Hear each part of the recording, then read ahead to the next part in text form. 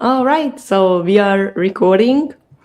Hello, everyone. Today's topic will be I think like this is like the warmest topic for the SEO freelancers, how to increase salary rates, something that we all want so badly, but we don't know how to do that. We are so scared. We don't know how to even like to strategize this, and like we are not confident in doing this. So I really wanted to talk about this topic with Asuk. He's experienced SEO consultant. He's leading his own SEO consultancy, and he has actually a very good angle and story how he was increasing his hourly rates. So I really want to kind of like start conversation and really share with other SEOs how they can do that. Also, I will add my approaches because definitely SEOs are so afraid of doing this, and they are having the same hour rates for the years, not combining how much experience they were becoming, how much like the new knowledge and everything is taking, and then we are becoming frustrated and all this. So Suk, thank you so much for your time and energy, and like let's talk. Yeah, no, thanks. It's always good to talk to you. Yeah, looking forward to this. All right. So it's interesting topic for the hourly rates. You can share like your approach for the hourly rates before, like, and how, when you decided that like something is off, when you decided like, hey, maybe it would be a good moment to increase the hourly rates. Because I know from this moment to really increase hourly rates, it's taking some time. So I really want to kind of like go with your perspective on this. Yeah, absolutely. Yeah. So I think I'll be coming up to 4 years of freelancing in November. Was it November? Yeah, October, November time. So when I initially started, my rates were based on the competitive rates then, but maybe £100 less because I was quite new and I wanted to be super competitive. And so I signed up a couple of new clients based on that rate. And I'd realized early on that I was shortchanging myself because I'd started doing a lot of white labeling for other agencies. And then when I would kind of find out what they were charging, I was like, okay, I need to, it's not unreasonable for me to increase my rates. And then I started speaking to other freelancers. So I was speaking to a lot of freelancers firsthand, what they were charging, and I also got my hands on the yearly agency report of regional day rates. I'm really blanking on what the name of it is now, so I'll come back to it. And comparing with that actual data versus the anecdotal, I guess first-hand data from my freelancer mates, I decided to increase my rates further. And so, I went up about 50 quid and then another 50 quid for the next couple of 6 months. And even that was very difficult for me to do because I was quite afraid of losing clients because I was fairly new to freelancing, not to SEO. And so I wasn't very confident in increasing my rates, but a couple of conversations I had kind of started to make me think seriously about it. So one was with you maybe a year or two ago. Just kind of reiterating because I said, I'm super busy, not taking any holidays, what can I do? And you said, oh yeah, increase your rates. And part of me was like, yeah, I know this because I've heard it before, but I'm afraid of doing it. And then a couple of other people told me as well. And then I thought about it really seriously. Even a client even said to me, like, you should increase your rates. Like, I've known you for 10 years on and off. Really good client as well. And I was like, okay, this is really serious on that. And so I did my research again, spoke to my freelancer mates, got the agency report, and I was like, do you know what? I'm just going to do it. And so I thought, what have I got to lose? Because I've seen other people charge what might seem like a crazy amount. But again, when you compare it to agencies, but then you also compare it to the quality of work, why shouldn't they charge what they charge? And so I just did it. And the first couple of conversations I had were really, the client was really receptive, quite reasonable, and it was a reasonable request to them. And they were just kind of matter of fact, oh yeah, no, we kind of expected this. And so I was like, okay, so I've done it for 2 clients now, and I've got another 2 to go, 1 renewal planned currently. And it's still completely reasonable considering what rates regional and London, Manchester-based agencies are charging. So I'd say it's the advice from fellow freelancers and experts, and also that data as well. What are people currently charging? And having a bit of confidence in yourself, because again, it's just thinking about rates and things like that. It's a lot of figures on paper, and it's like, well, you're also adding a lot of value to the client, and they're gonna, they're making a decent amount of money from your suggestions and stuff. If you have your reporting and attribution right and all that, you can justify like, oh yeah, you made like thousands of quid from this one change we did. So, and based on my years of experience or whatever. So of course it justifies itself in the end.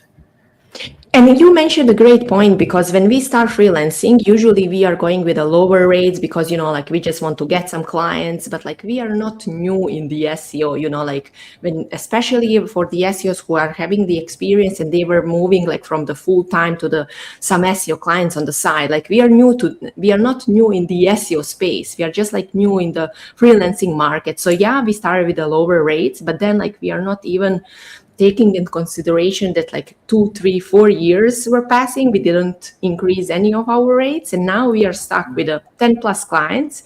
They are paying us very low rates. We are so stuck, we are so busy, and we don't even have the capacity for time and energy to gain, for example, high-paying SEO clients, because we are so stuck. So definitely, the biggest kind of like insight is, if you are having too many clients, there is a demand for you. So at least we can start with the one client that we really think, okay, maybe this is for a longer term relationship, where you are seeing like, okay, even like for sometimes it's very hard to increase our rates, but we can also think about, okay, how I can bring more value so I can charge it even like for value based. So there are so many different options that how we can think, like, so I think for the SEOs is the most important thing that you are deciding, okay, I will find a way how I'm going to increase the price. And then like we are opening so many different options that you mentioned, like we can put from the hourly rates to some SEO containers. It makes sense for the next 6 months, 12 months of collaboration or something like that. But it's just like we need to stop, make a break and see like, okay, it's something that I'm working for last 3, 4 years. It's not working anymore in the same capacity because I have so many, much more experience and like everything.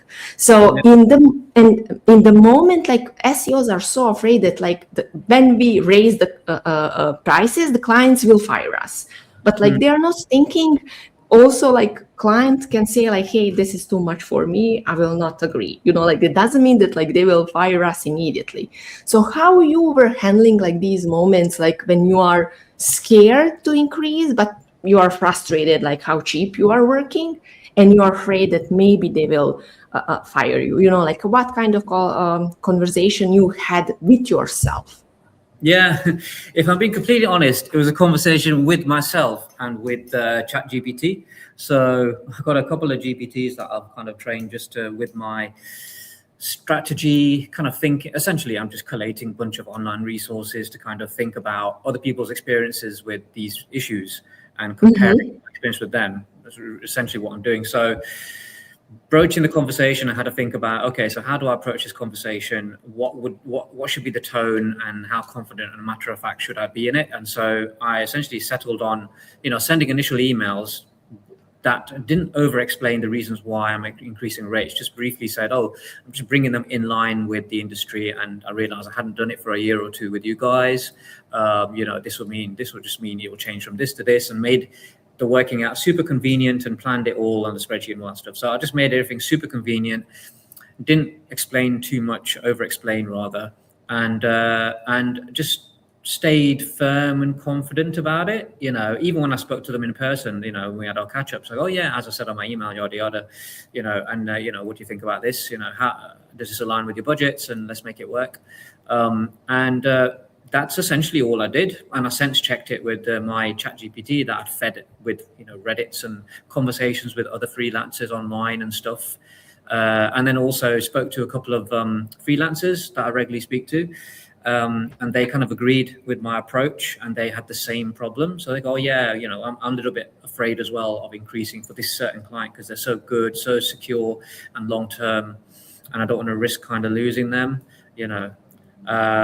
but we kind of agreed, yeah, but I said, I'll do it. I'll be the one that, the Indian that runs up the hill and that, and then I'll let you know how many arrows I get shot with. But yeah, it was, but yeah. And then I just stayed confident and really straight to the point with my communication on it. Yeah.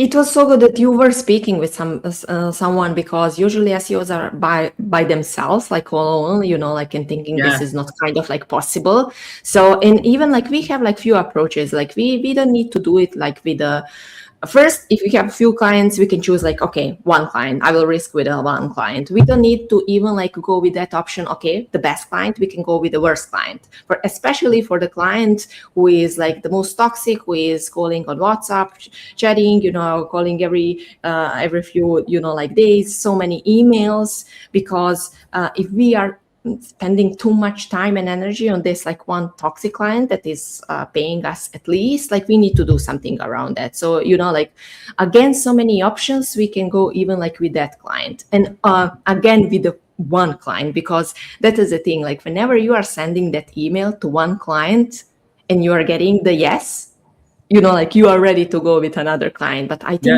think yeah. the hardest is that like first email.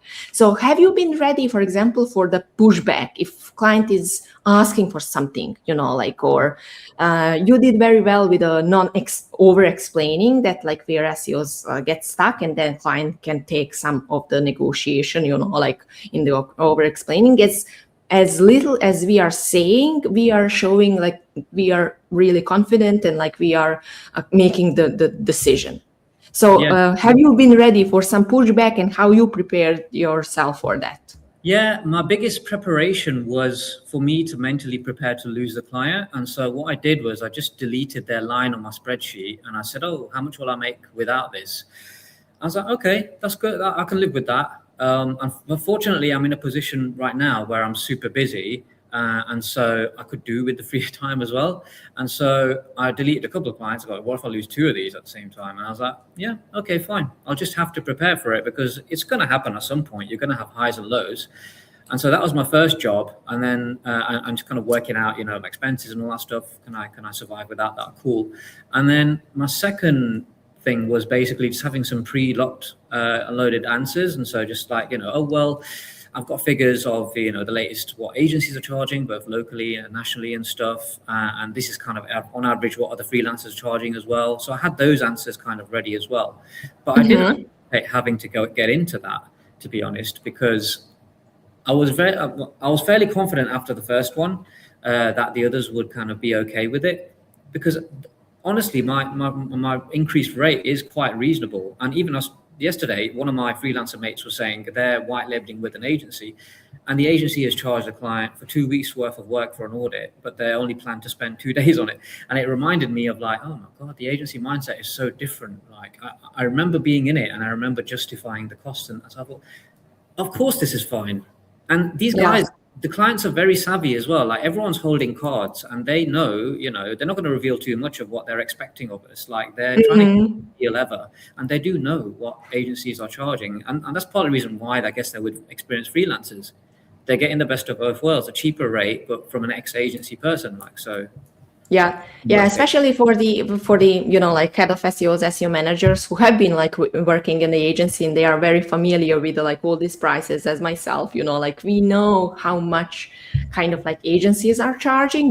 Like 5K for the SEO audit, and then like yeah, SEOs are so afraid to charge for like 1K for the SEO audit. But yeah, also, like we are not even like thinking about filtering great clients versus like these cheap clients who are not seeing the value in the SEO. And I'm always saying it's not about like because they are cheap. It's about like they don't see the value in the SEO. And if they don't see the value, no matter what you are doing, they will not understand. And they will constantly chase you for something because they don't understand. And then like you are missing a huge part of just like not working with the SEOs who are with these people who are really understand the SEO, who will likely to pay you for your value. So yeah, like we are missing on so many points, just like keeping the same hourly rates, being afraid, and like all these things. But you mentioned a key point, like being ready to lose that client. But usually, and like tell me if that is the case with you, when I'm working with the increasing, doesn't matter, like salaries, hourly rates, like these packages with the SEO consultants, something before had happened because they were thinking about increasing hourly rates for a month, even years. But when they decided, or they had a burnout, or like they were experiencing some mental health issue, they saw how actually the health and mental health is important for them. So they realized, okay, if I really want to move further in the future as a healthy SEO, having like work-life balance and everything, I need to do something differently. And then there is a click, okay, maybe I can increase the hour rates and get some time. Even I'm losing a client for a little bit, but at least I will have some time, just like recover myself from this like mental craziness, or something similar usually happens when they click. Yeah. So I don't know, like if you ever experienced some other kind of like situations where finally click, I'm doing this. Yeah, funnily enough, it perfectly aligned with my like realization that I needed to change something, because I've been super busy for, if I'm being honest, about a year, like maybe over a year. I've not really had a proper holiday. And the biggest reality check for me is like, so my nephew and niece, they're 14 and 16, and they're heavily like studying. They study so much more than I remember ever studying, right? And I missed last summer with them because I forgot about half terms, and I didn't really plan to meet my friends and this, that, and the other. Just worked through most of it. And this summer as well, I was like, do you know what? I was talking to my brother, and like, I can't miss these key moments. Like, I need to block out time. And then also for life, like I haven't had a break for a while. I have short breaks here and there, but it doesn't really count, doesn't really recover you. You need a longer break, because you've got to ease into it, forget about work. Then you realize I'm on holiday and you're on autopilot, enjoying yourself, and then you're ramping up back to go to work. So it's not really, it's like half the time is the true break, maybe. And so I got to that point where I need a break, and then I was having a look at my rates. I was like, how can I achieve this? And so my longer business plan is to pivot into more training services, from one to many service, to make the most out of my resources money wise. And then the other one is to reduce my client workload. And I worked it all out on a spreadsheet. I was like, it's great that I'm earning this amount of money now. It's the most I've earned in my career, but what does it mean to me? What would it mean? What would success mean to me, really? Because it can't just be this revenue figure.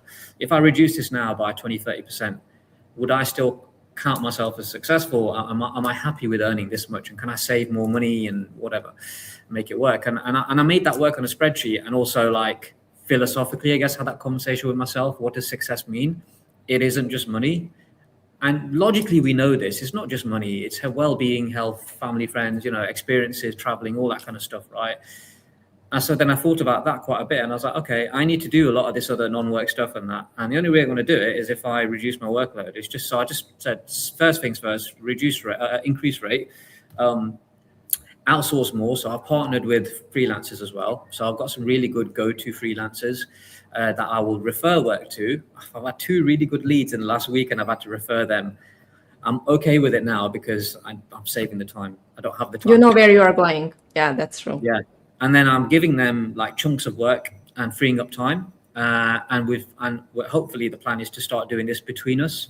So again, I've got another freelancer who needs to take paternity leave, just had a kid, and he's like, how do I do this? Like, I don't want to hand over to. And so I'm thinking, why don't we just keep handing over to each other and white label and stuff? And so, yeah, it was all prompted from needing to have more time to live and work on the business instead of in it constantly. And I just remember another thing when I started as working in the consulting agency. Like, my first year was like, oh, I need to save at least like 500 per month, or then like you are seeing like 1,000 in the savings. The next year you are seeing like 3-4K in the savings, and then you are constantly thinking, when I'm saving 10K, like I will be more happy, I will be relaxed, I will be secure. And then after a few years, when you are seeing even like 5K mark in your saving, and then you are reaching 10K mark plus, and then you are seeing something is wrong. I'm not feeling secure. I'm not feeling happy. I'm not fulfilled. Even I have like definitely much more money than a few years before, when I just like started the SEO consultant. And like usually like few key moments are happening when we really start thinking something needs to change. I don't know how I will change something, but at least like this approach that I'm doing, it's not. And like you mentioned, like perfect moment, like after definitely 5, 6, 7 years in our SEO career, we are not seeing just like money as a success. Definitely we are looking towards more, purposeful work, something that is really fulfilling us.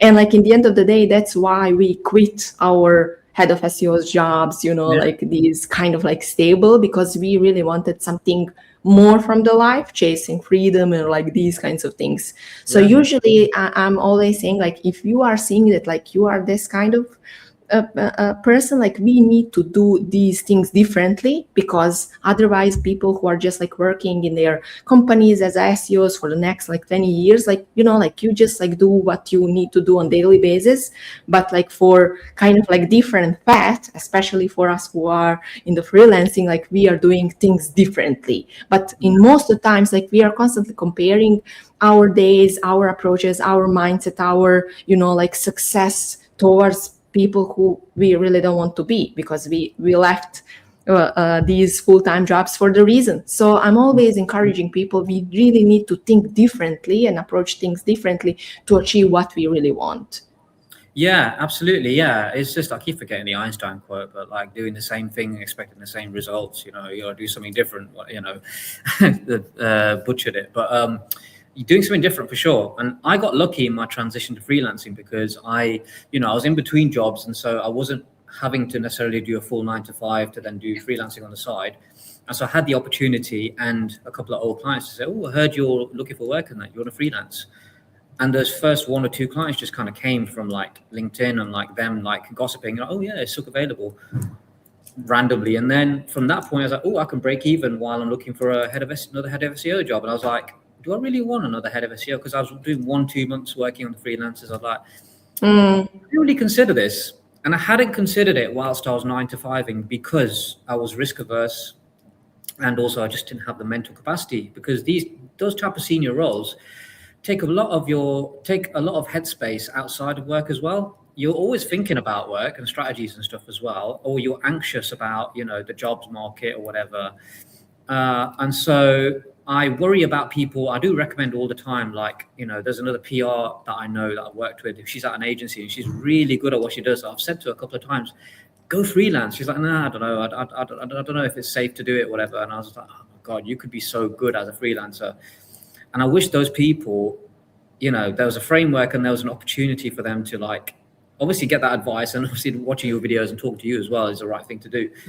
But have that confidence to do it and have a practical way to do it as well. If it's not, they don't necessarily have to do a lot of work during the 9 to 5. Maybe they can have one small client and just supplement their salary and draw those boundaries as well, so they don't feel overwhelmed, and just start there, So I think there's definite opportunities. And for me, the biggest one was having the confidence to do it and just to take the risk. And worst case scenario, what's the worst that's going to happen if it doesn't work out? Like, 6 months down the line, 1 year down the line, it doesn't look that bad on your LinkedIn and your CV. You just say, "I tried this and, it didn't work. It wasn't for me." And I've seen loads of people go back to but most of them that I've seen do it stuck with it and made it work.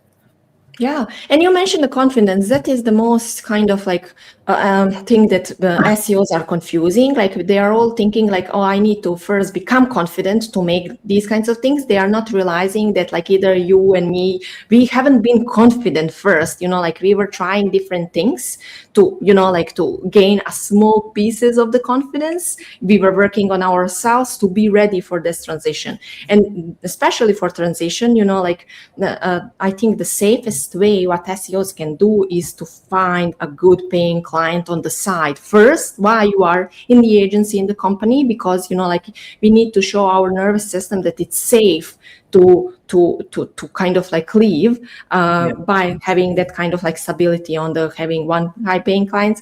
The thing that SEOs are doing and where they are stuck is having just like small, like 300, 400, 500 SEO clients on the side. So they can't quit because it's just like too small. And basically they are so busy, they don't know how to even like find clients. And you mentioned a key point, like LinkedIn. And recently I was having a conversation with another head of SEO, and he was like, oh yeah, but LinkedIn is so crowded, I don't know how to find clients. And I was like, yeah, LinkedIn is crowded because of the one reason: it's working.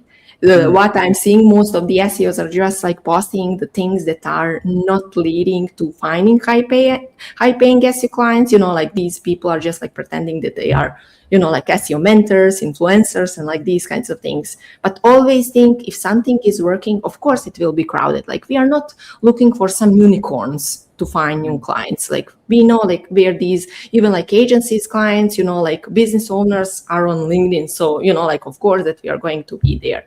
And I'm happy that you shared, like also your experience getting some clients on LinkedIn. So, okay. So please go ahead. No, yeah, I was going to say, yeah, LinkedIn is just, and it's also, if you generally know what you're talking about and you've built up an experience and relationships with other people, past clients, business owners, people you've networked with, whatever, then, that will show through in your LinkedIn engagement. Like people will start recommending you, and, people will engage with you in the industry because they trust you. They see your profile and say, oh yeah, this person's going to have a legit thing to say, rather than someone who's just commenting just to build up their citations or whatever. So I think genuine engagement and that built up trust, your own personal EEAT, obviously, really helps that. And then like the opportunities for things like podcasts and webinars, public speak, whatever, it snowballs as well. You just have to get your foot in the door, and that's really helped me on LinkedIn as well. Just building up that resource of, oh, I was on this podcast or whatever, and it just kind of snowballs from that point.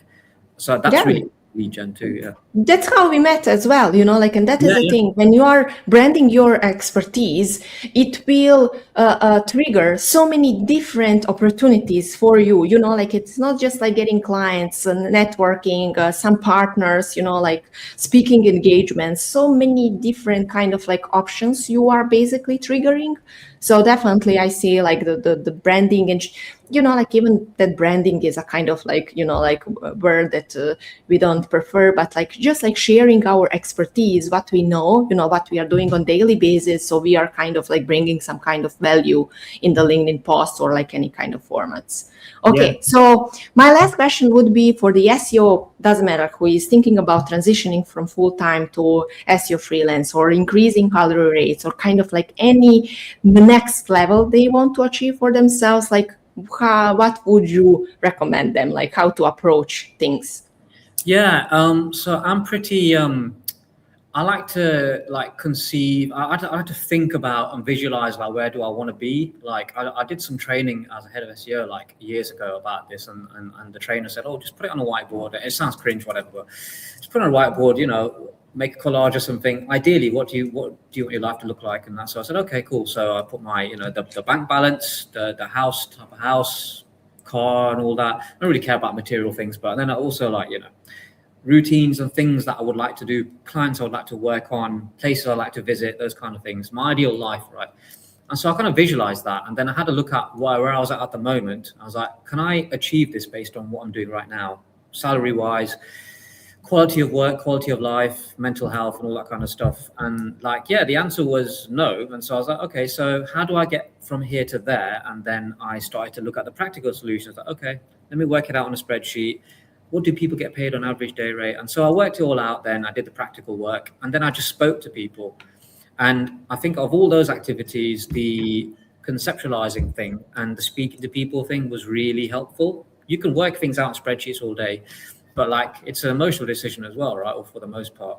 And speaking to people really helped, particularly people that were already doing it, and also successful people like entrepreneurs, business owners, etc. Like, they have a certain energy and optimism and there's a reason why they have it. They're successful is because they have a mindset and they're motivated, or they just have these routines and stuff. And so like their mindsets and their advice and all that and their energy kind of really rubbed off on me, and it encouraged me. And it's that thing about the company you keep, whatever, and the influence that you have really helps you. So those things really helped me. And I think if I had to pick like one or two things, it would be having a think about where you want to be, and comparing that to where you are, and if you can make it there. And also just speak to at least one person who is doing what you want to do, and just get that advice.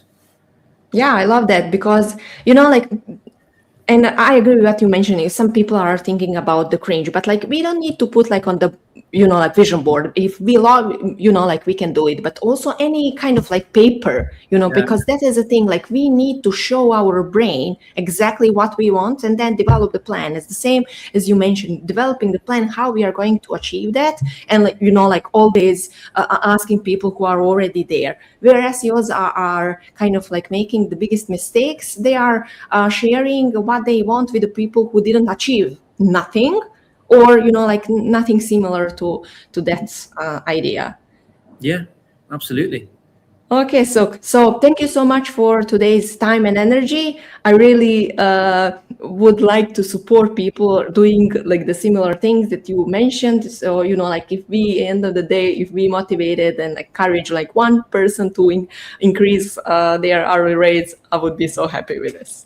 Yeah, absolutely. Yeah, it's always sort of like energizing talking to you. Like, I'm glad we did it early on because I got the rest of the day to kind of get work done, and I'm kind of pumped up. And I think like having you as a resource is really helpful. Like, I encourage people to just look through all of your videos and binge watch and talk to you as well, because I mean, yeah, like I said, you mentioned it as well. Like, increase your rates, and we had a good conversation after the last podcast offline. I was like, oh, okay. I literally thought about that, conversation for a week or so. So, yeah, encourage everyone to kind of look through all your content and chat to you.